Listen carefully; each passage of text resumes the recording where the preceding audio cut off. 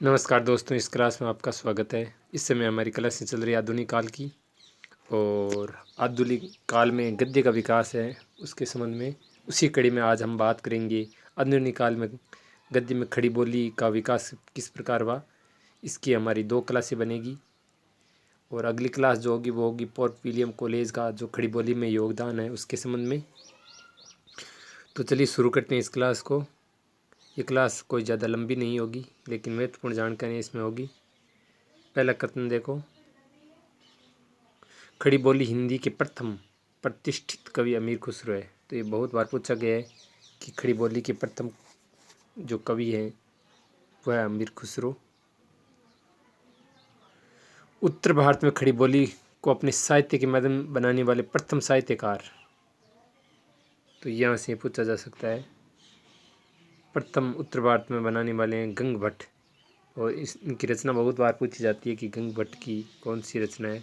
चंद छंद वर्णन की महिमा, तो वेरी इंपॉर्टेंट है, पूछ लेंगे। उत्तर भारत में खड़ी बोली को साहित्यिक माध्यम बनाने वाले कवि कौन है? गंग भट्ट है, और इनकी रचना है चंद छंद वर्णन की महिमा।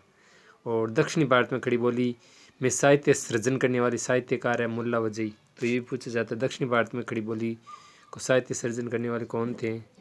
मुल्ला वजई, और इनकी रचना भी पूछा जाती है सबरस। चौथा देखो, आचार्य शुक्ल के अनुसार शुद्ध एवं परिमार्जित खड़ी बोली के प्रथम लेखक। तो अगर शुक्ल जी का नाम देकर पूछ ले कि शुक्ल जी के अनुसार शुद्ध और परिमार्जित खड़ी बोली के प्रथम लेखक कौन है, तो राम प्रसाद निरंजनीय, और इनकी रचना है भाषा योग वशिष्ठ। तो केवल इतना भी पूछ सकते हैं कि भाषा योग वशिष्ठ के रचनाकार कौन है, तो राम प्रसाद निरंजनीय।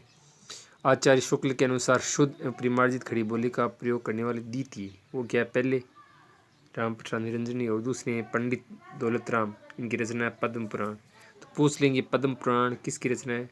दौलत राम की। अगला देखो, खड़ी बोली का एक अन्य नाम है वो है कोरवी। तो ये बहुत बार पूछा जाता है कि कोरवी, खड़ी बोली का दूसरा नाम क्या है? कोरवी। तो ये आप बिल्कुल ध्यान रखेंगे। और उदंत मार्तंड में खड़ी बोली को मध्य देशीय भाषा का है, तो ये भी इम्पोर्टेंट है। तो प्यारे दोस्तों, इस साथ ही कथन थे, ज़्यादा लंबा ये क्लास नहीं है। और अगली क्लास हमारी होगी पोर्ट विलियम कॉलेज के जो विद्वान हैं उनका खड़ी बोली में योगदान, वो चाहे सदल मिश्र हो चाहे लल्लू लाल हो, तो उनकी क्लास। तो मैं इस क्लास को अब यहीं विराम दे रहा हूँ। धन्यवाद दोस्तों।